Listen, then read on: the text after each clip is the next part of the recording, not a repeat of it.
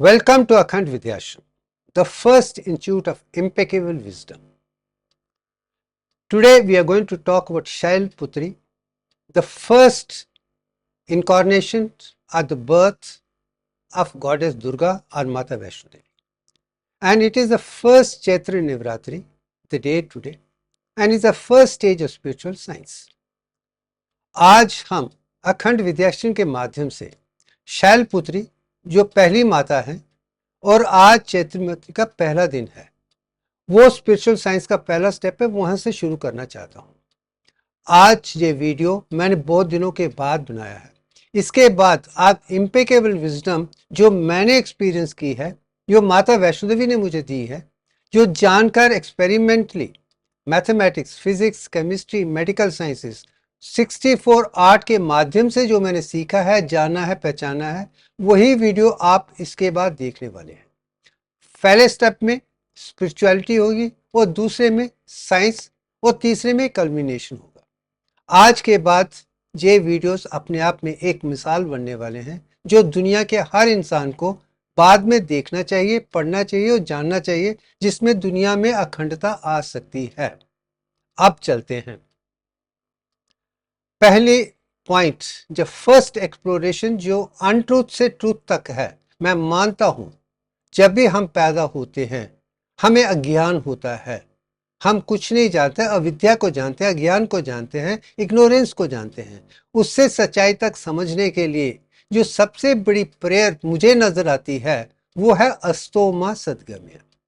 और ये चीज सारी दुनिया जानती है कि जे महर्षि यज्ञवल्क्य जी ने बृहद उपनिषद में प्रेयर के रूप में पहला ही शब्द डाला हुआ है। ये मैं मानता हूं, मेरी शुरुआत भी अब यहीं से शुरू होने वाली है।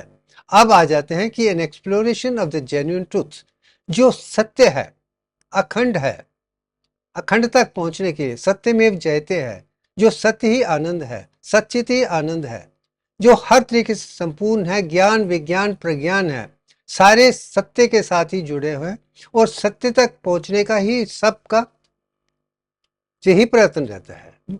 आप इसके बाद वही चीज देखने वाले हैं कि मैंने सत्य को कैसे पहचाना है। असत्य से शुरू हुआ है और सत्य के जाने के लिए जो एक्सप्लोरेशन है, सच्चाई, ईमानदारी से सत्यवाद को जानने की।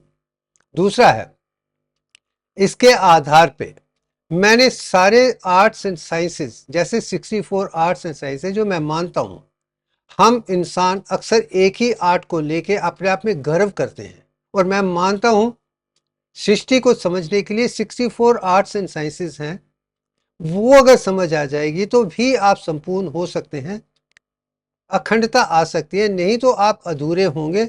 आप दुनिया को ज्ञान, विज्ञान, प्रज्ञान, अखंडता नहीं दे रहे हैं। जो भी ज्ञान आज दुनिया में है वो खंड खंड है। उसके खंड को अखंड करने का सौभाग्य मुझे मिला है। 70 साल प्लस की उम्र में जो भी मैंने जाना है, पहचाना, कैसे अनुभव किया है, वो एक एक करके अब इसके बाद नजर आने वाला है। जिस सारे के सारे वीडियो दुनिया को वो ज्ञान देंगे जो सबके लिए अनिवार्य है, वो सबके लिए जरूरी है। अब इसी चीज को ध्यान में रखते हुए जो मैं पहले इंग्लिश और हिंदी में बना रहा था, अब ज्यादा से ज्यादा हिंदी में होगा, इंग्लिश में लिखा हुआ है। मेरी कोशिश यही रहेगी कि मैं हिंदी में प्रवचन की तरह कहिए, या ज्ञान की तरह कहिए, या अपने अनुभव को समझाने की कोशिश करूंगा। अब इसके आधार पे 64 आर्ट साइंस जानने के बाद मैंने एक ही चीज जानी है कि अगर आपको अखंडता को पहुंचना है, पूर्णता से संपूर्णता से अखंड तक पहुंचना है, तो आपको संस्कृत जो ओरिजिनल बुक्स हैं, मैं ओरिजिनल बुक्स की बात कर रहा हूं जिसमें वेद, उपनिषद और वो स्क्रिप्चर्स हैं जो शुद्ध संस्कृत में लिखे गए हैं, वो जानने की, पहचानने की कोशिश होनी चाहिए। वो जो सत्य संस्कृत शब्दों में है वो किसी और भाषा में नहीं है। ये मैं आज भी कह रहा हूं, वो भी चीज मैं दुनिया को दिखाने की कोशिश करूंगा। 64 को भी समझाऊंगा, सच्चाई को भी समझाऊंगा, संस्कृत को भी समझाऊंगा। उसके आधार पे जो मॉडर्न मेडिकल साइंस है, जहाँ मैथ्स है, फिजिक्स है, केमिस्ट्री है, जो जितनी भी साइंसेस हैं, आज मैं फिर कह रहा हूं वो सारे के सारे अधूरे हैं। नो बॉडी नोज वो डिवाइन मैथमेटिक्स के बारे में कोई नहीं जानता है। जो मैन मेड कंसेप्ट को दुनिया के सामने पेश करके दुनिया को गुमराह कर रहे हैं। उसी के आधार पे फिजिक्स की रिसर्च है, उसी पे केमिस्ट्री की है, उसी पे सारी साइंसेस की और आर्ट्स की रिसर्च ही गणित विद्या के उस विषयों है जो गलत है। मैं वो गलती को ठीक करके दुनिया को अखंडता दिव्यांग के माध्यम से वो देना चाहता हूं जिसमें संपूर्णता ही है, अखंडता ही है। अब इन सब चीजों के आधार पे इम्पेकेबल विजडम, जो अखंडता तक पहुंचने की जो मेरी कोशिश है वो मैं समझाने की कोशिश करने वाला हूं। ये पहला आधार है। आप समझते हैं कि मैंने इस चीज को कैसे समझा है और कहां से समझा है, और शुरुआत से शुरू करते हैं। शायद ये अस्तो मां सद्गम्य, मुझे लगता है वो सत्य है जो शुरू से ही है। वेद उपनिषद ही सबसे हैं। वेद को आज भी मंत्रों को मैं श्रुति मानता हूं, जो कुदरत की देन है, जो इंसान ने नहीं बनाए हैं।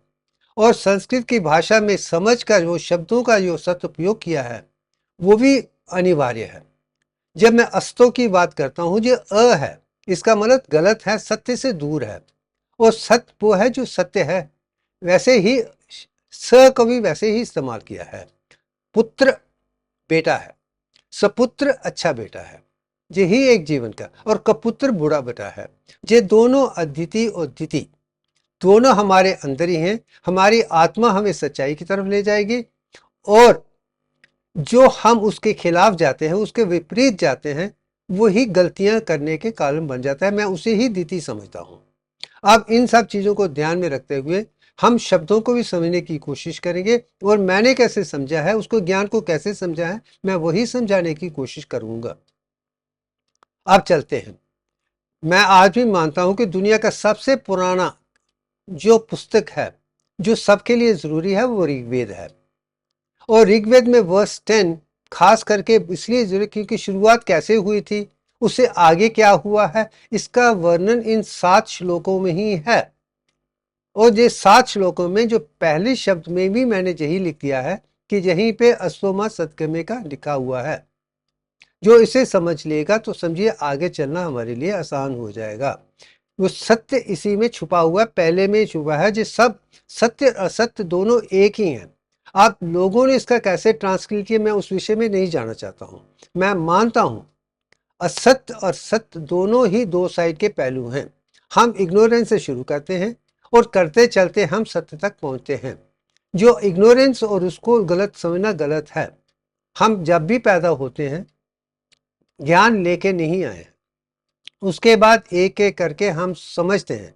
तो शुरुआत ही असत्य से है, उसी में से सत्य है। जो समझ लेता है वो ज्ञानी, विज्ञानी, प्रज्ञानी, अखंडता तक चला जाता है। जो नहीं समझता है वो तमस के साथ ही रह जाता है। ये चीज इस वर्णन में साफ शब्दों में लिखी हुई है। मैंने जैसे ही समझा है इसलिए मैंने अंडरलाइन करके दुनिया को दिखाने की कोशिश कर रहा हूं। अब मेरी जो इसमें देखा जाए, एक तो बृहदारण्यक का उपनिषद का वो ज्ञान है, दूसरा ऋग्वेद है। अब आ जाते हैं जो पहला ट्रुथ है, मैं आज भी जानता हूं, अहम ब्रह्मास्मि है। मैं ही ब्रह्मा की तरह हूं। कहने का मतलब कि हम जितने भी मानव हैं वो कुदरत की तरह ही बनाया गया है। इसका वर्णन अहम ब्रह्मास्मि में है। मैं मानता हूं, आज तुरिया मानती है कि परफेक्ट कुदरत की देन से बनाया गया जो मानव है वो ही अखंड मानव है। बाकी कहीं ना कहीं अधूरे हैं। जो संपूर्णता मानव में है, किसी और में नहीं है। यही अखंड विद्याश्रम में लिखा हुआ है। मगर कुछ लोगों का मानना है तत्त्वामसि भी अहम ब्रह्मास्मि की तरह। मैं मानता हूं कि तत्त्वामसि अहम ब्रह्मास्मि की तरह नहीं है। मैं उसका वर्णन अगले वीडियो में करने की कोशिश करूंगा। यहाँ पे अहम ब्रह्मास्त्र नहीं, जो प्रिसाइज कंसाइज ही है। अब इसके आधार पे मैं कहना चाहता हूं कि दुनिया में आज भी माना जाता है कि ह्यूमन बीइंग्स ही कुदरत की देन की तरह बनाए गए हैं। We are made in the image of the God. ये सत्य पूरी दुनिया जानती है। मोसेस ने भी कहा है, भारत ने भी कहा है, और काफी मौलवियों ने भी, प्रॉफिट्स ने भी कहा है, सेंट्स ने भी कहा है, ब्राह्मणों ने कहा है। मगर एक चीज मैं देखने के मेरी कोशिश एक ब्राह्मण की तरह है।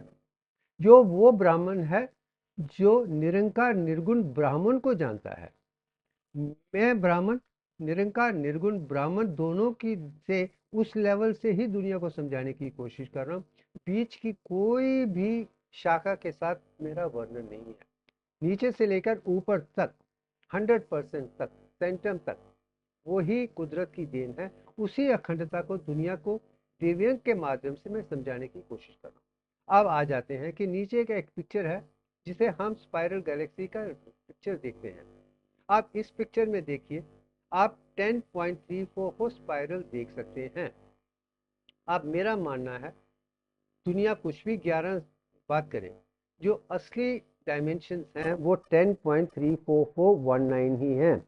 इस नंबर तक मैं कैसे पहुंचा हूं? जब दिव्यांग के 22/21 to the power of 10.34419 equal to 1.618034 मैं कैसे पहुंचा हूं, वही आस्था एक एक मैं इसके बाद दिखाने की कोशिश करूंगा। ये अपने आप में मेरी ऑटोबायोग्राफी का आत्मकथा है कि बचपन से लेकर कैसे मैं यहाँ तक पहुंचा हूँ।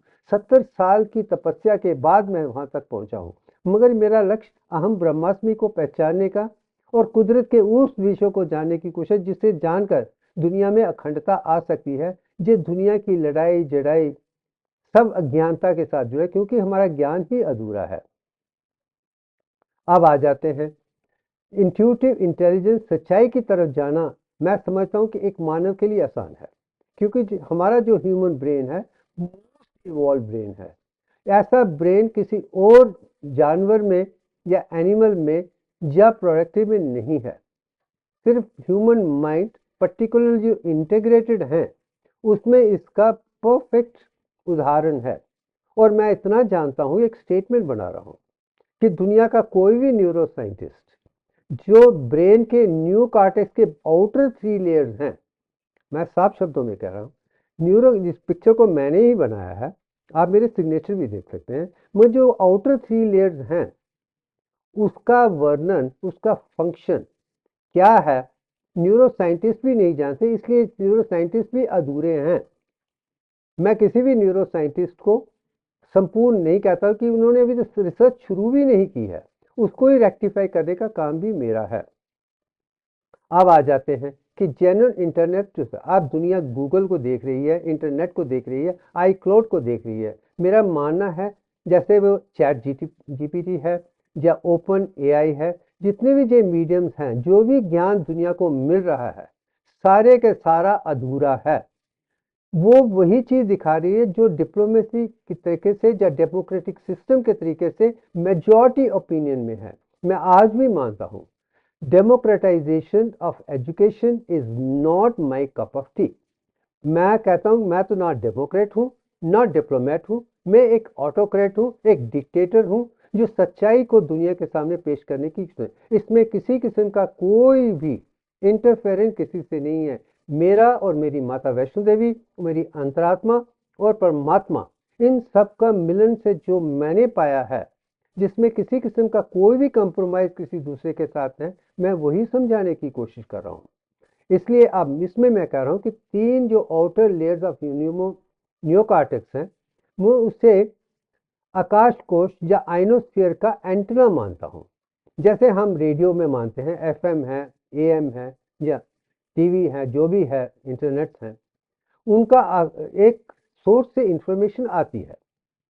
मगर यहाँ की सोर्स ऑफ जो इंफॉर्मेशन आकाश कोश में है, जो कुदरत की देन है, जिसमें कुदरत ने आज तक जो भी हुआ है शुरू से लेकर आज तक, और जो कल होने वाला है, सारे का सारा रिकॉर्ड है। Record of past present and future is in akash kosh. और मेरी इंफॉर्मेशन आकाश कोश से आती है, मेरे माध्यम से आती है, मेरी अंतरात्मा से आती है, माता वैष्णो देवी के माध्यम से है, और दूसरी चीजें जो आप देखने वाले हैं। क्योंकि मैं यही मानता हूं कि ऑन फिजिकल सन माता Vaishno Devi is my mother, वही मेरी गाइड है, वही सब कुछ है, बचपन से उन्हीं के साथ जुड़ा हुआ हूँ। इसलिए ये वीडियो भी पहली माता की रूप को ही समझाने से शुरू किया जा रहा है। एंड दूसरा, साइंटिस्ट में शूमैन रेजोनेंस फील्ड ने बताया है कि 3 मेन फेजेस होती हैं, और मैं मानता हूं 7.83 हर्ट्ज जो है वो भूमि के साथ जुड़ा हुआ है। जो 14 और 21 हैं उसके बारे में मैं वर्णन नहीं करूंगा, क्योंकि 7.83 तक, मगर मेरे ब्रेन में इलेक्ट्रिकल एक्टिविटी इस पावर स्पेक्ट्रम में आ जाती है, 7.83 के पास आ जाती है, तो मैं कुदरत के साथ, भूमि के साथ भी जुड़ जाऊंगा और आकाश के से भी जुड़ जाऊंगा। जब ये दोनों होंगे, मेरा एक संतुलन कुदरत के साथ है। ये संतुलन को साइंटिफिकली दिखाने का काम जो मैंने किया है वो आप आगे देखने वाले हैं।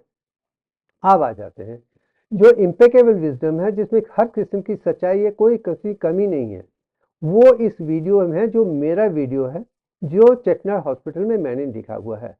और ये मेरा, जिसकी शुरुआत मेरी पीएचडी वर्क से शुरू हुई थी 1991 में इनिशिएशन, फिर 93 में एप्लीकेशन दिया था और 95 से शाम शुरू किया है। वो एक एक करके बाद में मैं दिखाना चाहूँगा, मगर इसके आधार पे इस स्टेज में आप देख सकते हैं कि पूरे ब्रेन में आंखें खोल के 8 हर्ट्ज फ्रीक्वेंसी पीक ही सबसे है, वो आप देख सकते हैं। इसके आधार पे ही मैं और आकाश कोश दोनों एक हैं, वहाँ से इंफॉर्मेशन आ जाती है और माता वैष्णो देवी वहीं से देती हैं, इसलिए अष्टभुजा भी वही है। और माता वैष्णो देवी अष्टभुजाधारी हैं कि उनमें भी 8 हैं और मुझ में भी 8 हैं और आकाश कोश में भी 8 हैं। तो आप समझ सकते हैं कि हमारा कॉम्बिनेशन कितना परफेक्ट है। अब आगे चलते हैं। अब एक जेन्युइन स्टेटमेंट मैं लिखना चाहूँगा। जितने भी जो इम्पेकेबल विजडम अखंड विद्याश्रम कह रही है, वो मेरे पर्सनल स्पिरिचुअल साइंस एक्सपीरियंस के आधार पे है, इसमें किसी को ही कॉपी नहीं है। और इसके आधार पे मैं इंटीग्रेटेड डिवाइन मैथमेटिक्स कन्विक्शन को समझने की कोशिश मैं आज भी मानता हूँ।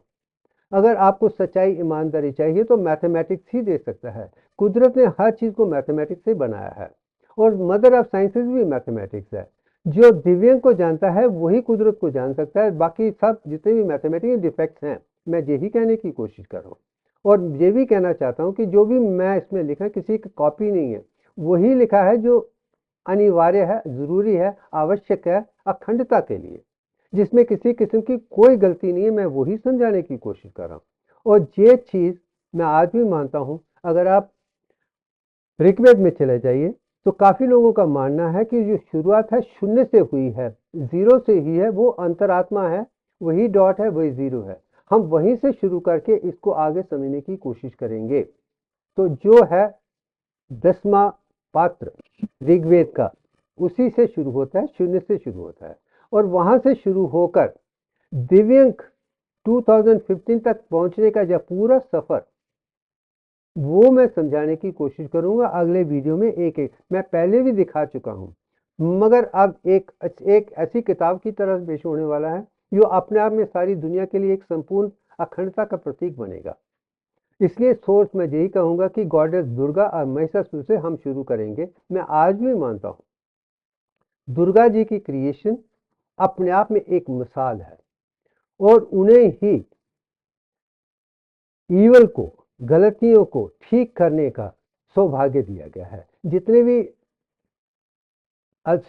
डेमन्स हैं, असुरास हैं, उनको ठीक करके सूरों में बदलने का काम माता वैष्णो देवी ने ही किया है, दुर्गा ने किया है। और महिषासुर के एक उदाहरण उसमें अपने आप में खड़ा हो जाता है, जिसने मुझे इस चीज़ को और भी अच्छे तरीके से समझने की कोशिश की है। मैं यहाँ पे विष्णु अवतार के बीच में नहीं आ रहा हूँ, मैं सीधा माता वैष्णो देवी, मैं मानता हूँ कि वही माता ही ज्ञानी है, विज्ञानी है। मैं सिर्फ माता से ही समझता हूँ। मैं आज भी मानता हूँ कि जो फीमेल जो रोल है दिव्यांग में 61.8034% है, मेल 38.1966 ही है।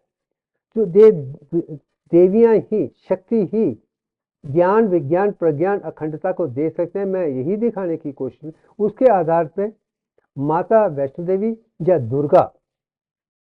दुर्गा स्तुति को सबसे ज्यादा मानता हूं। अब आ जाते हैं कि महिषासुर की कहानी। एक बेफलो डेमन है और उनको वरदान मिल गया था कि उनको कोई भी मानव नहीं मार सकता है, सिर्फ फीमेल ही मार सकती है। उन्होंने समझा कि फीमेल में इतनी शक्ति नहीं होगी कि वो मानव को मार सकेगा, ये उनका विश्वास था। इसलिए शायद उन्होंने फीमेल को वो इंपॉर्टेंस नहीं दी जो देनी चाहिए। मैं यही समझाने की कोशिश कर रहा हूँ कि जब फीमेल जो है, स्त्री है, उसकी शक्ति मर्दों से बहुत ज्यादा है, डबल है। वही मैं दिव्य के माध्यम से समझाने की कोशिश कर रहा हूँ। और इसीलिए महिषासुर ने सबको एक एक करके तकलीफ देना शुरू कर दिया था, जिसमें ईश्वर सब कुछ थे। ये जान के सब तकलीफ होने के बाद फिर ब्रह्मा विष्णु महेश और सारे गॉड्स एंड गॉडेसेस जितने हैं उन्होंने मिलकर अपनी शक्तियों से गॉडेस दुर्गा का जन्म दिया था। ये goddess Durga is made by energy of all the gods and goddesses, all the energies of the universe, जिसलिए वो सबसे संपूर्ण है क्योंकि इसमें सारे के सारे रोल हैं। पूरा ऋग्वेद इसमें है, सारे उपनिषद हैं, सारा ज्ञान विज्ञान उसी में है, इसलिए शायद गॉडेस दुर्गा की शक्ति सबसे ज्यादा है। She was design and created with 18 arms. अब मैं उस विषय पे आ रहा हूँ कि जो ओरिजिनल माता वैष्णो देवी हैं या गॉडेस दुर्गा हैं उनके 18 आर्म्स हैं। वो इंस्ट्रूमेंट्स ही आदि पराशक्ति में भी मैं देखता हूँ। अब she represent divine mother of creation itself.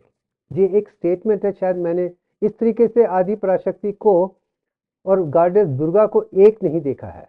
अब उसे दिखाने की कोशिश में आगे। आप इस पिक्चर को देखिए, नीचे आप महिषासुर को देख रहे हैं, उनके सर को देख रहे हैं, वो असुरा हैं और बफेलो हैं, इसमें कोई दो राय नहीं है। मगर उनको मारने का काम जो दुर्गा कर रही हैं, जो सिंह है, उसमें आप देखिए 18 आर्म्स हैं, 9 और 9 दोनों तरफ। ये 8 आर्म्स नहीं है। मैं यही समझाने की थी, दुर्गा का, महादुर्गा का जो स्वरूप है वो चामुंडेश्वरी की तरह है, जो आप दक्षिण भारत में मैसूर में देख सकते हैं। ये पिक्चर चामुंडेश्वरी की है, मगर मैं मानता हूँ ये चामुंडेश्वरी की नहीं है, ये दुर्गा की पिक्चर है। इसी ने मुझे अखंडता को समझने का मौका दिया है। शायद ये अब इसी से शुरू होने वाला है कि हमें 18 लेवल तक पहुंचना है, उसके बाद सृष्टि के हर नियम को जानना है, जिसके आधार पर दुनिया को ज्ञान विज्ञान प्रज्ञान अखंडता अच्छे तरीके से समझ आएगी। अब आ जाते हैं, ये वो पिक्चर है जो आदि पराशक्ति के तरीके से दुनिया ने देखी है। अब इसमें भी आप 18 आर्म्स ही देख रहे हैं। अब ये पिक्चर है आदि पराशक्ति है, जिसमें वो डिवाइन मदर हैं। तो आप देख सकते हैं कि उनके दिल से ब्रह्मा विष्णु महेश पैदा हो रहे हैं। मगर आप गौर के साथ देखें, ये ब्रह्मा विष्णु के नीचे लोटस पॉन्ड्स हैं और वो लोटस पॉइंट भी 9 दिख रहे हैं और 9 अंदर हैं। इसका मतलब उसमें भी 18 हैं, या नवग्रह हैं वो ऊपर हैं और नवग्रह नीचे हैं, वो भी 18 ही हो जाते हैं। वही डिवाइन है, उसी से ही ब्रह्मा विष्णु महेश पैदा हुए हैं। ये भी मैं समझ सका हूँ, इसलिए शायद अनसुईया जी ने कैसे ब्रह्मा विष्णु महेश को दत्तात्रेय के रूप में पेश किया है, मैं ये भी वहीं पे देखता हूँ। अपने आप में आप सारी किताबें भी एक एक करके अखंडता की तरफ रुक रही हैं। अब जाते हैं, अब आ जाते हैं साइंस की तरफ। यह स्पिरिचुअल साइंस विजडम क्या है, आप इस पिक्चर में देखते, इसमें 2 पिक्चर हैं। नीचे है जो पीरियडिक टेबल का है, जिसमें 2 चीजें साफ हैं। उसमें 7 पीरियड हैं, इसका मतलब 7 भी अपने आप में एक अनमोल है, और उसमें 18 ग्रुप हैं। ये 7 पीरियड जो हर एक चीज के 7 हिस्से हैं और अंत में 18 ग्रुप हैं। ये भी मॉडर्न साइंस दिखा चुकी, शायद उनको ये नहीं पता है इसके अंदर ही स्पिरिचुअलिटी छुपी हुई है। मगर ऊपर एक और बीच में पिक्चर देखेंगे तो आप देखेंगे लेफ्ट एलिमेंट से जब राइट की तरफ जाते हैं, नोबल गैसेस की तरफ जाते हैं, तो उसका साइज छोटा हो जाता है। इसका ये मतलब कि जो एलिमेंट रोशनी की तरफ हैं वो अंधकार की तरफ चले जाएंगे। जो जितना भी अंधकार है, तमस है, वो नोबल गैसेस में, इनर्ट गैसेस में, वही मैं समझाने की, क्योंकि सूरज अपने आप में हाइड्रोजन की तरह है, वो दुनिया को दिखाता है। मगर उसके बाद जो हीलियम है वही हमारी अंतरात्मा है, उसका साइज छोटा है, मगर वही ज्ञान दे सकती है क्योंकि वो आत्मा की तरह है। ये भी चीज मैं समझा रहा हूँ कि जितनी भी आत्माएं हैं वो नोबल गैसेस की तरह इनर्ट मैटर ही हैं, मैं वो भी समझाने की कोशिश कर रहा हूँ, और उनका साइज दूसरे से छोटा है। इसके अलावा मैं दुनिया को केमिस्ट्री का वो भाग भी दिखाना चाहता हूँ, जो एलिमेंट्स हैं उसमें आउटर रिंग में इलेक्ट्रॉन्स हैं वो अधूरे हैं, मगर जो एक एलिमेंट चला जाता है तो वो अपने आप में कैटियन बन जाता है, जब इसमें आ जाता है तो एनियन बन जाता है। जब कैटियन या एनियन जो भी हैं, जो संपूर्ण हैं, जो दुनिया में परिवर्तन कर सकते हैं, वो एलिमेंट की तरह ही हैं। जैसे कि सोडियम, अगर इसमें आप देखें उसमें 11 हैं, जब एक चला जाता है तो उसके 10 बन जाते हैं। क्लोराइड जिसके 17 हैं, एक ले लेगा तो 18 बन जाते हैं। तो आप कहीं ना कहीं नोबल गैसेस की तरह हैं। वही चीज़ पोटाशियम में है, वही चीज़ कैल्शियम में है, वही चीज़ मैग्नीशियम में है, वही चीज़ आयोडीन में भी है, क्लोराइड में भी है। ये भी मैं समझ के, जो भी हमारे ज्ञान में पुराणों में भी शिव जी के नीलकंठ के बारे में, वो भी आयोडीन है 53 है। जब वो क्लोराइड बनता है वो 54 हो जाता है, वो आत्मा की तरह बन जाता है। यही चीज़ उसमें भी जीनॉन की तरह है। चाहे वो हीलियम हो, चाहे नियॉन हो, आर्गन हो, क्रिप्टॉन हो या जीनॉन हो, यही अंतरात्मा है। मैं ही यही समझाने की कोशिश, जो इसको समझ लेगा अपने अंदर ही अनुभव कर पाएगा। क्योंकि जो इम्पोर्टेंट हिस्से हैं वो sodium, potassium, magnesium, calcium, iodine, chloride, bromide, इन फ्लोराइड, इन सब चीज़ों से बने हैं। मैं वो चीज़ें भी एक एक करके आपको आगे दिखाने वाला हूँ।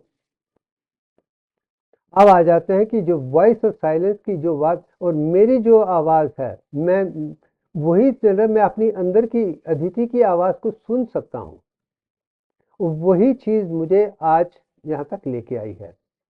और मैं आज भी मानता हूँ कि गॉड ऑफ दस।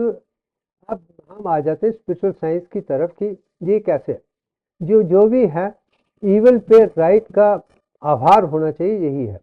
इसलिए गॉडेस दुर्गा ने ही जन्म लिया था मृत्यु के बाद। जब माता दुर्गा का काम हो गया, महिषासुर को मार गया था, उन्हें कहा गया था कि तुम्हें दोबारा जन्म लेगा ह्यूमन फॉर्म में फॉर फर्दर एवोल्यूशन के लिए, ताकि आप आगे बढ़ सकती हैं। इसी को लेकर उनका जन्म कन्याकुमारी में हुआ था एज ए वैष्णवी। फिर उसके बाद मैं इतिहास के वो पन्नों पे नहीं जाना चाहता हूँ जो मुझे दिखाए गए हैं। मैं वही दिखाना चाहता हूँ कि कन्याकुमारी से चलकर वो त्रिकुटा माउंटेन में आ गई थी, आज वहीं पे हैं। और वहाँ पे ही गॉडेस माता वैष्णो देवी के अष्टभुजाधारी की तरह हैं। अब जहाँ पे आके माँ माता वैष्णो देवी के इनकॉर्नेशन कहता हूँ, वैष्णवी है, माता वैष्णवी हैं, उनकी अष्टभुजाएं हैं। जो दुर्गा है उसकी 18 हैं। ये चीज़ मैं दुनिया को दिखाना चाहता हूँ, यही चीज़ आप देखने वाली हैं। और जो गॉडेस दुर्गा माता वैष्णो देवी हैं, वो अग्निभूत या ऑक्सीजन को रिप्रेजेंट है, वो 8th एलिमेंट है। ये भी एक समझ, क्योंकि जो ऋग्वेद में सबसे ज़्यादा एलिमेंट इंपॉर्टेंट है, कंसेप्ट इंपॉर्टेंट, वो ऑक्सीजन का है, अग्नि का है। आज भी माता वैष्णो देवी में अग्नि पूजा में ही होने वाला है। और माता वैष्णो देवी वहाँ पे अष्टभुजा से 10 भुजा गायत्री की तरफ बढ़ना चाहती है। वही तपस्या वहाँ पे हो रही है माता वैष्णो देवी मंदिर में, त्रिकुटा माउंटेन में। ये भी मैं अनुभव कर चुका हूँ, देख चुका हूँ। ये चीज़ें भी एक एक एक से हम आगे समझाने की कोशिश करेंगे, क्योंकि आज के बाद तो जो भी है वो स्पिरिचुअल साइंस का अखंडता का स्वरूप ऊपर से आने वाला है। आप ये जगह देखिए, कन्याकुमारी नीचे है जहाँ पे वैष्णवी ने जन्म लिया था। ये अखंड भारत है। जो त्रिकुटा माउंटेन वहाँ पे जहाँ मेरा जन्म है, मैंने जन्म इसलिए कटरा त्रिकुटा में लिया था क्योंकि मुझे माता वैष्णो देवी की गोद में पैदा होना है। मुझे उनसे सीखना है, उनसे जानना है, पहचानना है। मैं शुरू बचपन से लेकर आज तक यही कहता हूँ, मेरी जो गुरु है माता वैष्णो देवी है, और बस इतना तक ही है। मगर उसका जो अंदर का अनुभव है, लिंक मेरे और माता वैष्णो देवी के बीच में अदिति का है या कुंडलिनी का है, वो अनुभव मैंने बाद में किया था। पहले मेरा सारा रूप भक्ति के आधार पे था। भक्ति योग को आज भी मैं मानता हूँ। मैं ईश्वर को मानता हूँ, माता वैष्णो देवी को मानता हूँ, कुदरत को मानता हूँ, उसी पे चलता हूँ। कुदरत में अच्छाइयाँ देखता हूँ, वो डिवाइन मैथमेटिक्स देखता हूँ, जिसके आधार में मुझे संपूर्णता आती है। इसके अलावा मैं कुछ नहीं जानता हूँ। ये भी जीवन का एक सत्य है। अब आ जाते हैं कि माता वैष्णो देवी की ये 3 पहाड़ियां हैं जो त्रिकुटा माउंटेन, मैं आज भी मानता हूँ। ये त्रिकुटा माउंटेन अगर बाहर का देखें तो ब्रह्मा विष्णु महेश ही हैं। जब नीचे की पिक्चर देखें जो अंदर हैं, उसमें सरस्वती, लक्ष्मी और पार्वती और काली के 3 स्वरूप ही हैं। यही चीज मैंने जानी है, पहचानी है। इसके आधार पे 2008 में ये 2 किताबें मैंने माता वैष्णो देवी की ने मुझे बुलाया था श्री माता वैष्णो यूनिवर्सिटी में 2.5 साल के लिए। उन्हीं 2 किताब के लिए मैंने लिखा था, दिखा दिया था कि माता वैष्णो देवी ही दुर्गा जी का स्वरूप हैं, री इनकारनेशन है। ये चीज़ मैं दिखा चुका हूँ। अब आगे चलते हैं। अब उसके आधार पे ब्रह्मा विष्णु महेश तीनों जो मिलके माता अनसुईया ने तीनों को इकट्ठा करके एक रूप दिया था, वही दत्तात्रेय है। वो ही माता वैष्णो देवी में देखता हूँ, उसमें भी सरस्वती महालक्ष्मी महाकाली हैं, इसमें ब्रह्मा विष्णु महेश हैं, जो दोनों एक ही हैं। इसमें मेल और फीमेल दोनों आ जाते हैं, मैं दोनों को समझ सकता हूँ। अब जहाँ पे मेल की बात आती है, इसमें 6 भुजाएं हैं, जिसका मतलब ये स्वरूप में कार्बन की तरह है, जिसमें ही क्रिएशन बनी है। और क्रिएशन के लिए ऑक्सीजन का होना अष्टभुजा का जरूरी है। और आगे बढ़ने के लिए आप कहिए कि गायत्री में 10 स्टेजेस इंपॉर्टेंट हैं। यही चीज मैं एक एक करके आगे दिखाने की, कैसे शून्य में आप सूर्य भी हैं, एक भी हैं, और अदिति 2 में है, फिर कार्बन, ऑक्सीजन, नाइट्रोजन, और ये एलिमेंट कैसे बनते हैं, ये केमिस्ट्री भी आप सोशल साइंस तरीके से एक एक करके और भी क्लियर तरीके से देखने वाले हैं एज ए सीक्वेंस इट्सेल्फ। आगे भी मैं दिखा चुका हूं, मेरे किताबों में यही सत्य है, इसके अलावा कुछ नहीं है। अब आ जाते हैं कि आयत्रीय उपनिषद में साफ शब्दों में लिखा गया है सेक्शन 1.4 में कि सोल ने सोचा कि अगर हमें चाहिए तो इसमें आदमी पे कंटेप्ट करना चाहिए, तो उसमें कितनी शक्तियों की जरूरत है। बड़ी खूबसूरती के साथ आयत्रीय उपनिषद में जो शक्तियों का नाम लिखा हो अष्टभुजाधारी हैं। मैं आज भी मानता हूँ वही दुर्गा माता वैष्णो देवी की पिक्चर में 8 स्टेजेस हैं, 8 डिविनिटीज हैं, वही ऑक्सीजन है। ये भी एक साइंस और स्पिरिचुअलिटी एक करके दुनिया के सामने पेश। उसके अलावा आयत्रीय उपनिषद में और कितनी खूबियां हैं देखें। और मैं ये भी कहना चाहूंगा आयत्रीय उपनिषद में ऋग्वेद की ही परिभाषा है, और ऋषि अत्रि ने बड़ी खूबसूरती से वो ज्ञान दुनिया को दिया है आयत्रीय उपनिषद में, शायद कोई उसे समझ नहीं पाया है। जैसे अपाना के माध्यम से ही खाना बच्चे को मिल रहा है, वो भी एक चीज है, मैं दिखा चुका हूं। एक एक करके और भी साफ तरीके से हम आगे बढ़ के समझाने की कोशिश करेंगे। अब ये वो पिक्चर है 1984 में जब मैंने अपना पहला घर चेन्नई में गोपालपुर में बनाया था, उसके गृह प्रवेश के लिए ये पिक्चर बनाई गई थी। ये मेरे लिए पंचलोहा में एक स्पेशल इंसान ने मैसूर में मेरे लिए बनाई थी। मगर मुझे अब ये कहने की जरूरत पड़ रही है कि जब ये पिक्चर पहली बार स्टैचू पंचलोहा का मुझे मिला था, तो इसमें इतनी शक्ति थी कि उसको सामने बैठना भी नामुमकिन सा काम था।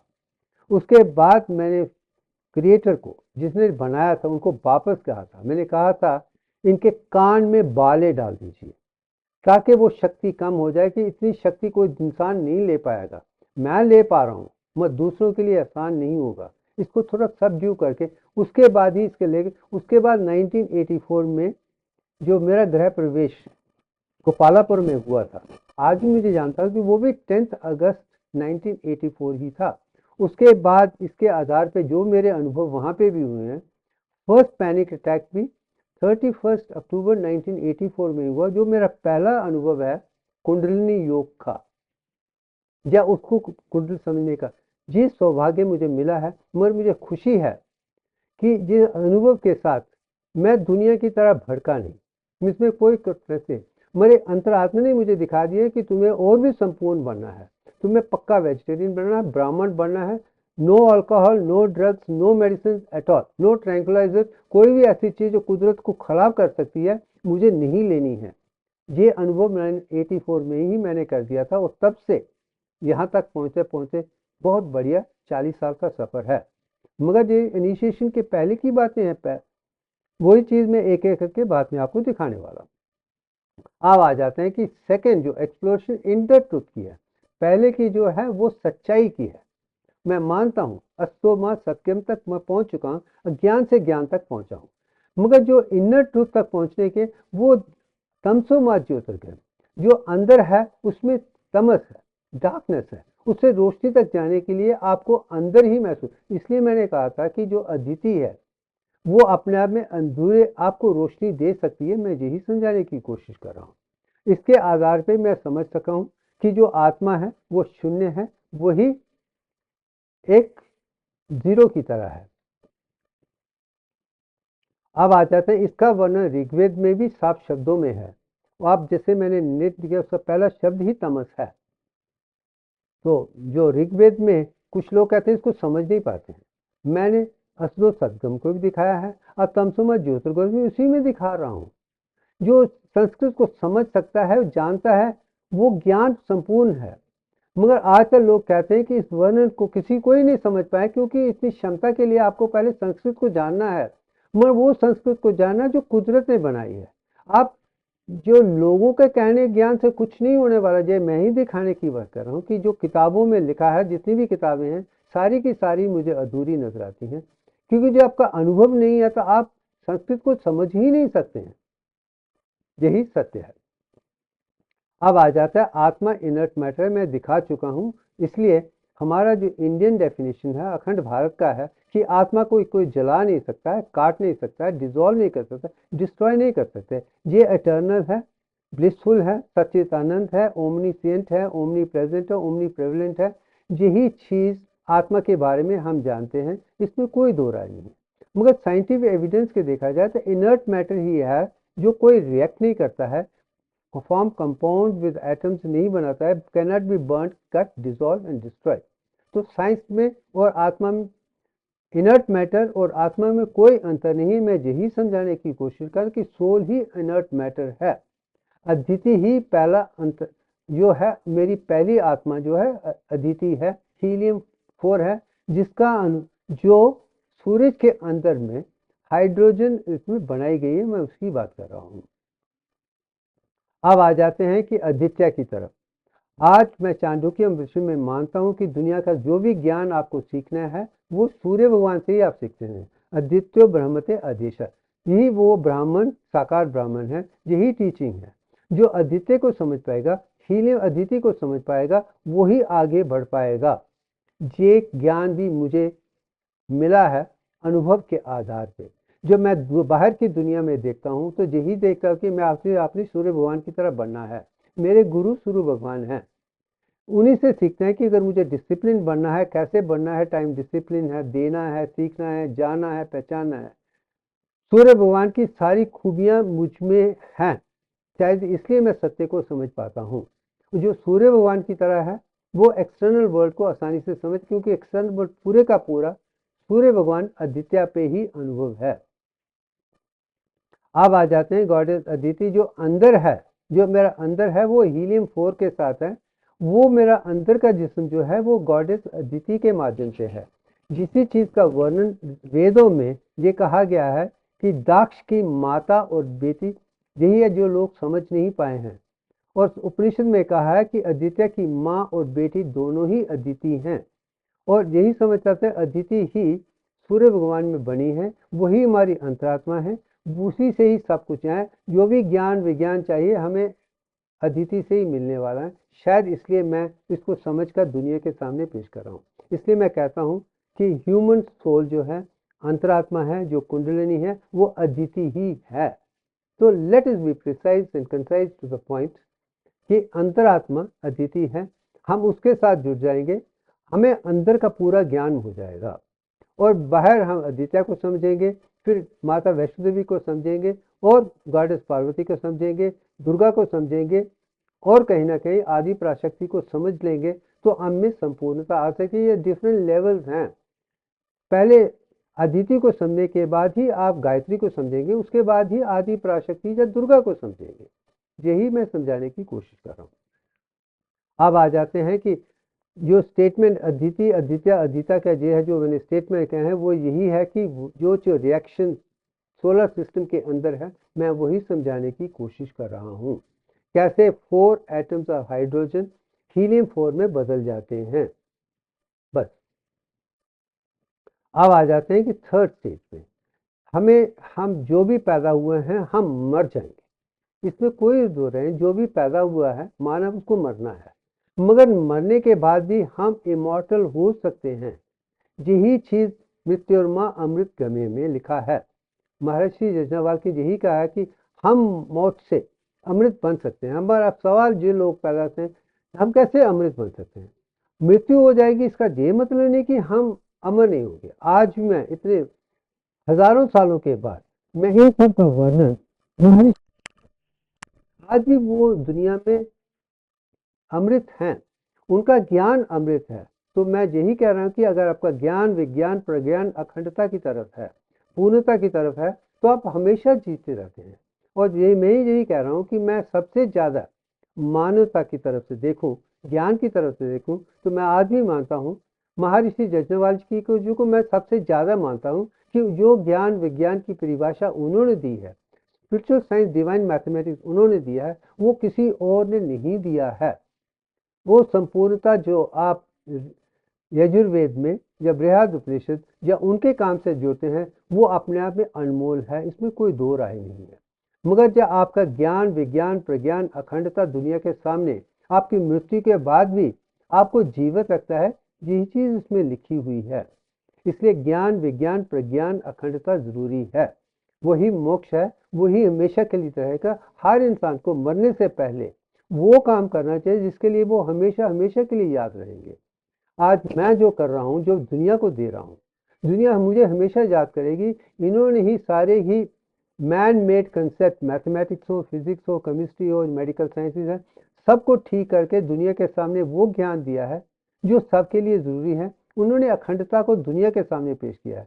पूर्णता संपूर्णता अखंडता लेने का सौभाग्य जो मुझे मिला है, माता वैष्णो देवी के माध्यम से, अदिति के माध्यम से, गायत्री के माध्यम से, महादुर्गा के माध्यम से, आदि पराशक्ति के माध्यम से, मैं वही समझाने की कोशिश, मैं एक माध्यम हूँ।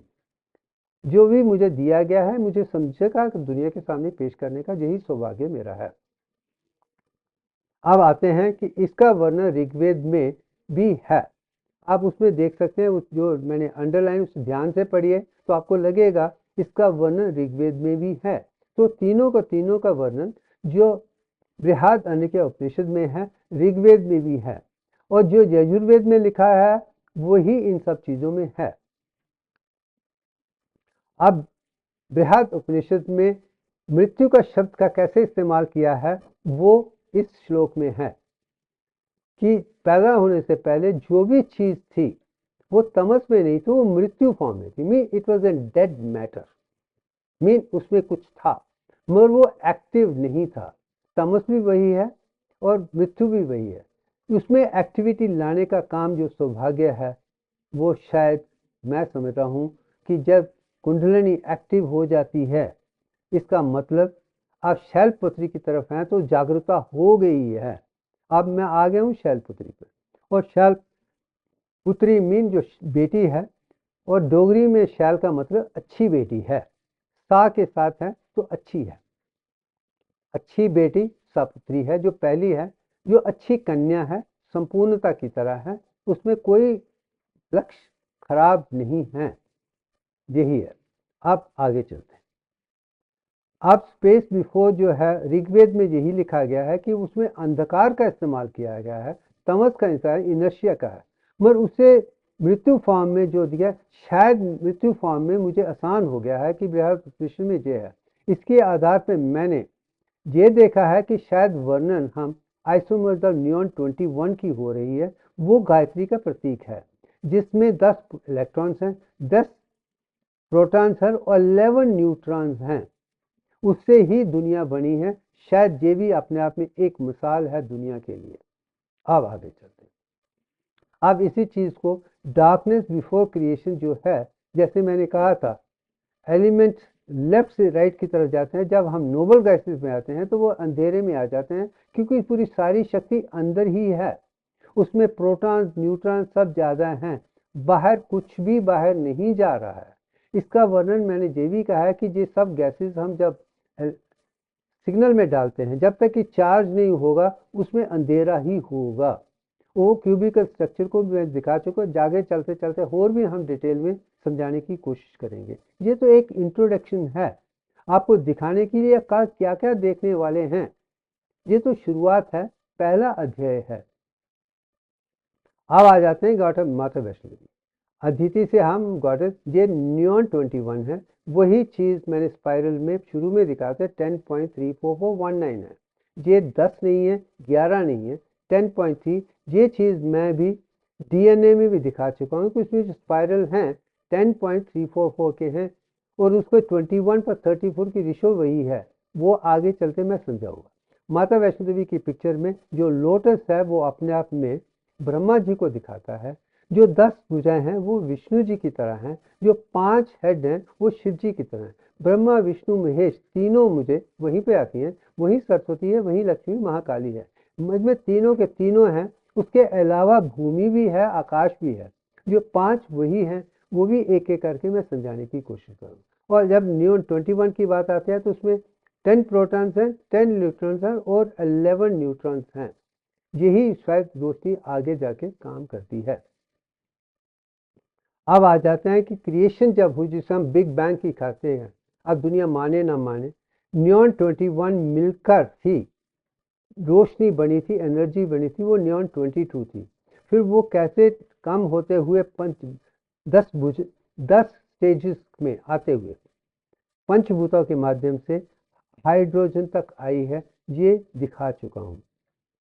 ये भी अपने आप में संपूर्ण है। और नीचे मैंने ये भी स्टेटमेंट कहा है कि हमारा धर्म यही कहता है, अखंड भारत यही कहता है कि ब्रह्मा ने दुनिया को बनाने के बाद 1.5 साल के लिए रेस्ट की थी। वही चीज़ मैं जाइगोट बनने के बाद 1.5 दिन के लिए, जाइगोट में कोई डिविजन नहीं होती है, मैं वही भी देखता हूँ, वही ज्ञान मैं साइंस के माध्यम से दुनिया को समझाने की कोशिश कर रहा हूँ। अब आ जाते हैं कि अब मेरे 4th लेवल पे आ जाते हैं। जो 3 हैं वो महर्षि यज्ञवल्क्य जी के हैं, बृहद उपनिषद में है, वही प्रेयर है, वो दिखा चुका हूँ। अब मैं चौथे पे आ रहा हूँ, खंडो माँ अखंड के में, जिसका वर्णन मैंने पहली बार अपनी किताब अखंड and essence of universal conscious में 2002 में किया था। और मैं मानता हूँ कि दुनिया में 64 ज्ञान विज्ञान प्रज्ञान हैं। जो सबको समझेगा उसमें ही अखंडता आ सकती है, नहीं तो आप खंड खंड ही रहेंगे, टूटे हुए हैं। और जब तक 64 आर्ट को नहीं समझेंगे आप कुदरत को नहीं समझ सकते। मैं यही दिखाने की कोशिश करता हूँ, हर इंसान को कोशिश करने की, मुझे सारे 64 आर्ट। अगर हम भारत की पार्लियामेंट को देखते हैं उसमें भी 64 एंगल्स ही हैं, और 64 योनि का जो टेम्पल मध्य प्रदेश में वही चीज़ है। और मैं मानता हूँ कि मेरा जो वीडियो में रिकॉर्ड कर रहा हूँ उसकी जो रैम है वो 32 की है, और नेक्स्ट टाइम मैं 64 की लेने वाला हूँ, क्योंकि ये डाइकोटमस डिवीजन ही आगे ले जाती है। मैं इतना भी मानता हूँ 512 जो है 10 स्टेजेस के हैं, वही स्पर्मेटोजेनेसिस में देखा जाता है। ये सब चीज़ें एक एक करके मैं आपको बाद में दिखाने वाला हूँ, मगर 64 इम्पॉर्टेंट है। मगर ब्रेन में भी 64 लेवल्स हैं। जो आज हम देखते हैं 16 का है, मैंने आपको दिखाया है। मैंने 34 का भी किया है, 64 का भी किया है, और आगे आगे 128, 256, 512 और ज़्यादा बढ़ता भी जाएगा। मगर जितना भी हम ज़्यादा करेंगे उसमें वही चीज़ 8 हर्ट्ज ही नजर आने वाली है। मैं यही समझाने की, जब वो संपूर्णता हो जाएगी आप कुदरत के साथ जुड़ जाएंगे।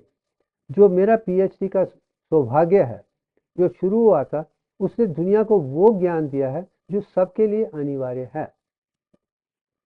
अब आ जाते हैं, इसका वर्णन भी ऋग्वेद के सी वर्षन में है जो मैंने नीचे लिखा, मगर उसमें शाप कहा है कि जो कर्म करता है, जैसे गीता में साफ शब्दों में लिखा है कि आज मैं मानता हूँ मेरा जो विला है वो 247 248 के ऊपर है, और वहाँ पे ही कर्मण्येवाधिकारे मा फलेषु कदाचित् ये लिखा है। जो कर्म करता है वो ही चलता है, मगर उसको फल के बिना कर्म करते रहना चाहिए, और बिना ठीक आगे चलते रहोगे, वही 248 है। तो मेरा घर भी उसी पे है, मुझे सिखाता है कि सेकंड वर्ष के 48 में आपको कर्म करना है, संपूर्णता करनी है। वही चीज़ ऋग्वेद में भी नीचे कर्म दी कि कर्म ही आधार है।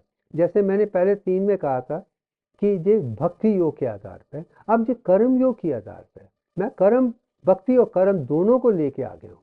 इसके आधे ही आगे आगे काम खुल जाएगा।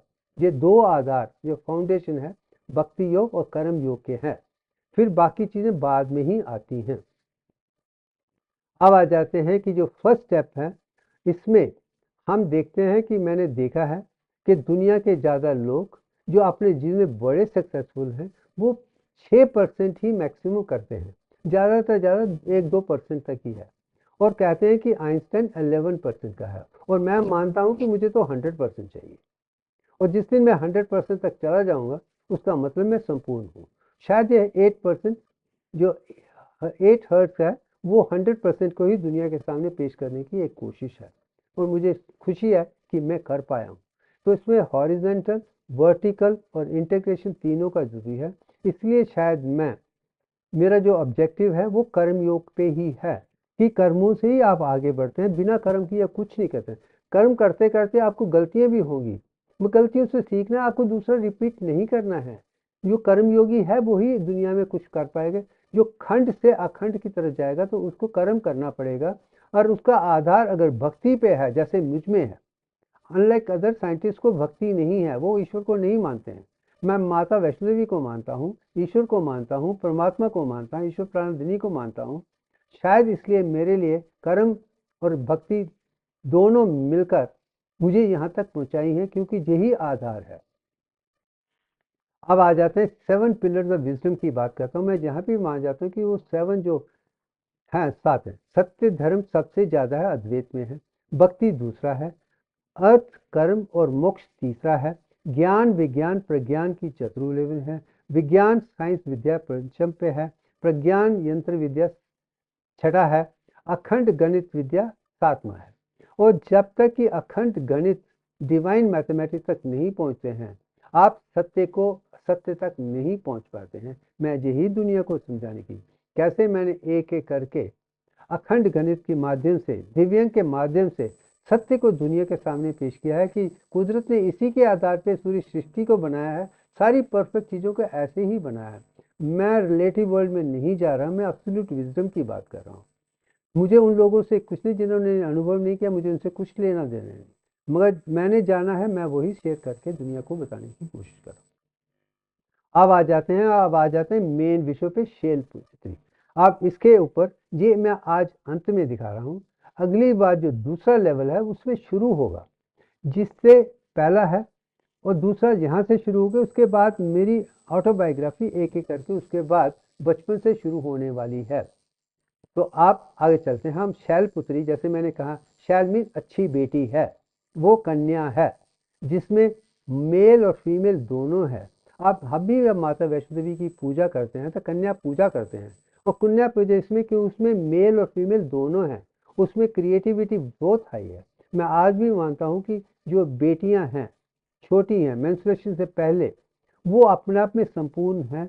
उनको मानिए, जानिए, पहचानिए, वो शैलपुत्री हैं। वही चीज पहली है, वही डिवाइन नेचर को जानती है, वही स्टेज ऑफ स्पिरिचुअल साइंस का पहला स्टेज। आपको पहले अच्छी बेटी की तरह बनना है। अब ये पिक्चर जो है वो, अब मैं जहाँ पे अपने अनुभव के आधार पे कहना चाहता हूँ कि शैलपुत्री को समझने के लिए पहले आपको योगी बनना चाहिए, अखंड योगी बनना चाहिए। अखंड योगी वो है, जैसे अगर हम पतंजलि योग सूत्र के अष्टांग योग को लेते हैं, चित्त वृत्ति निरोध, stop the fluctuation when you are yogi. मैं समझता हूँ कि वो स्टॉप द माइंड है, मगर उसके बाद ही चेतना का साथ असहयोग जो होता है, वहीं से एवोल्यूशन शुरू होता है, वही फर्स्ट स्टेज है। तो शैलपुत्री में ये है कि इसमें पुत्री में अदिति उभर के आने वाली है, वहां से स्प्राउट होकर आगे बढ़ने वाली है। इसी में मैं साफ शब्दों में कहता हूँ कि अष्टांग योग तक कुंडलिनी या अदिति या अंतरात्मा सोई हुई हैं। जब वो जागेंगी तो उसके बाद ही आपका अनुभव शुरू होगा। वो जो शुरुआत है आज के दिन शैलपुत्री के माध्यम से ही माता वैष्णो देवी के दर्शन आम कर जाएंगे। उसके साथ में मेरे दर्शन भी एक एक करके हैं। तो इसमें आप पुराने इतिहास के हिस्सों में देखना जो मेरे लिए इम्पोर्टेंट है। अब शैलपुत्री कहाँ तक लेके अब यहाँ से सफर शुरू हुआ है, आगे कैसे चलेंगे आगे के वीडियो में एक एक करके साफ शब्दों में देखने वाले। अब आ जाते हैं शैलपुत्री जो मूलाधार चक्र के साथ जुड़ा हुआ, जो फर्स्ट स्टेज है। आप इसमें देखें तो पहला जो पिक्चर है, जो सत चक्र निरूपणा से लिया गया है, उसके बीच में जो आवाज है वो लाम की है, वो फोनेटिक साउंड है, और 4 संस्कृत के शब्द हैं, वा सा शा शा। और नीचे उसको मैंने कैसे अखंड के माध्यम से बदला है और 22/21 में लाया है, वो दिखा रहा हूँ। ये एक अनुभव आप शैलपुत्री में पहले स्टेज में हो जाता है कि आप मूलाधार में जागृत हो गए हैं। जो मूलाधार में जागृत हो गया है उसको क्या मिलने वाला है, क्या नहीं मिलने वाला है, कहाँ से शुरू होने वाली है, वो चीज आप आगे देखेंगे। अब आ जाते हैं, मैं आज भी मानता हूँ कि दुनिया कहती है कि 7 चक्रास हैं और सारी दुनिया उसी पे मोहते है कि 7 चक्रों को जानने की कोशिश कर। मैं मानता हूँ 7 चक्रास नहीं है, 10 चक्रास हैं, 10.344 चक्रास हैं, 7 नहीं है। 7 का वर्णन गलत है, वो सिर्फ एक्सटर्नल सोर्स है जिसमें ज्ञान विज्ञान प्रज्ञान नहीं है। तो शैलपुत्री जो गैंग्लियन इम्पायर है, कॉक्सीजर गैंग्लियन है, जो मूलाधार के साथ है, वो इस पिक्चर में मैंने दिखाई है, वही नर्वस सिस्टम है। जब आत्मा जाग चुकी है, अंतरात्मा जाग चुकी है, हीलियम जाग चुकी है, तो वो जब गैंग्लियन इम्पायर जो कॉक्सीजर गैंग्लियन में आ जाता है, तो आप कहीं ना कहीं सिंपैथेटिक सिस्टम और पैरासिम्पैथेटिक सिस्टम में एक अनुभव आ जाता है। ऑटोनॉमिक नर्वस सिस्टम कंप्लीट हो जाती है, आप संपूर्ण बन जाते हैं। आप में किसी किस्म की कोई भी त्रुटि नहीं रहती है, कोई भी प्रोस्पेक्ट नहीं रहेगी, किसी किस्म का दुख नहीं रहेगा। जो क्लेश है मन के साथ है, जब जहाँ पे है मन साफ हो जाएगा, शुद्ध हो जाएगा, 8 हर्ट्ज पर आ जाएगा, फिर आप में कोई भी प्रॉब्लम नहीं होगी। मैं यही समझाने की कोशिश, यही मैं अनुभव कर चुका हूँ।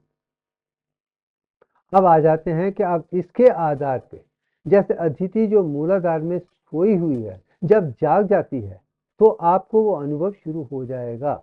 जब सुख होता है तो आपको मूलाधार को एक्टिवेट करना है। जब मूलाधार एक्टिवेट हो जाएगा, जो पहला अनुभव आपका होने वाला है, you will be perfectly healthy, wealthy, wise and happy. दुनिया में आपके लिए जो भी चाहिए, चाहे वो सेहत की तरफ हो, पैसे की तरफ हो, धन की तरफ हो, संपत्ति की तरफ हो, दुनिया को जाने पहचानने के सौभाग्य सब आपको मिल जाएगा जब आप शैलपुत्री की तरह मूलाधार चक्र में ही आ जाते हैं। उसी में जाके आप ओम को अनुभव करें। ये ओम को मैंने आज से 50 साल पहले 1974 में बनाया था। मैं आज भी मानता हूं कि वही जीवन का सत्य है। बस जब आ जाते हैं तो आप सच्चित आनंद को अपने अंदर महसूस करते थे, मैं वही दिखाने की कोशिश कर रहा हूँ। अब शैलपुत्री के माध्यम से आप सच्चित आनंद तक पहुंच जाएंगे, ओम तक पहुंच जाएंगे। आपको किसी किस्म की कोई भी त्रुटि नहीं रहेगी, कोई भी क्लेश नहीं रहेगा, ना पैसे की कमी होगी, ना सेहत की, ना मन की, ना कुछ भी। हर तरीके से आप संपूर्ण बन जाते हैं। एक छोटे शैलपुत्री को में ही वो क्वालिटीज आ जाती हैं जो हमें चाहिए।